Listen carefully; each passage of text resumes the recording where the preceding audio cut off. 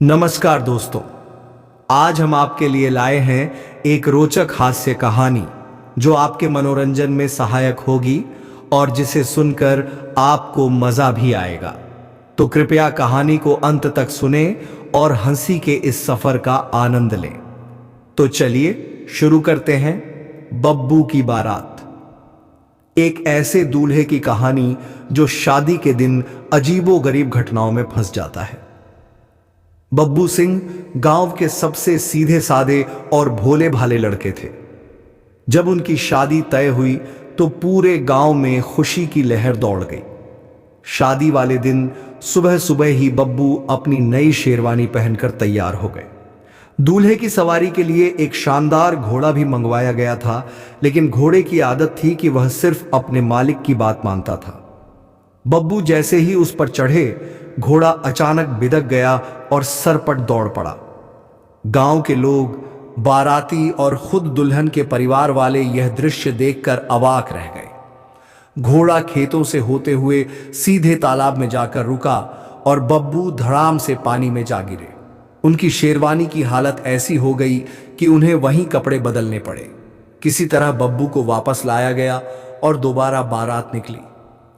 अब बारात सड़क पर चल ही रही थी कि अचानक कहीं से गांव का कुख्यात सांड के यह कालू आ गया।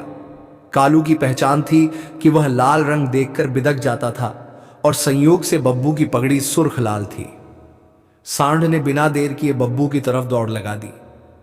बब्बू के दोस्तों ने तुरंत उन्हें उठाकर पास के ट्रैक्टर की ट्रॉली में फेंक दिया।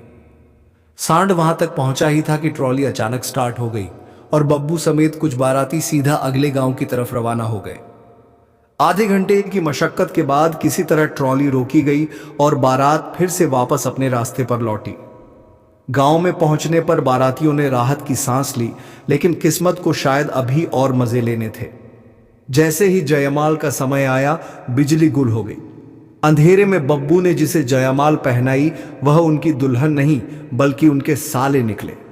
जब रोशनी आई तो सभी हंस हंस कर लोटपोट हो गए। किसी तरह फेरों की बारी आई, लेकिन जैसे ही पहला फेरा शुरू हुआ, एक कुत्ता बब्बू के पाजामे का पांचा पकड़कर खींचने लगा। बब्बू बेचारे एक पैर से चलते चलते गिरते पड़ते मंडप के बाहर जा पहुंचे।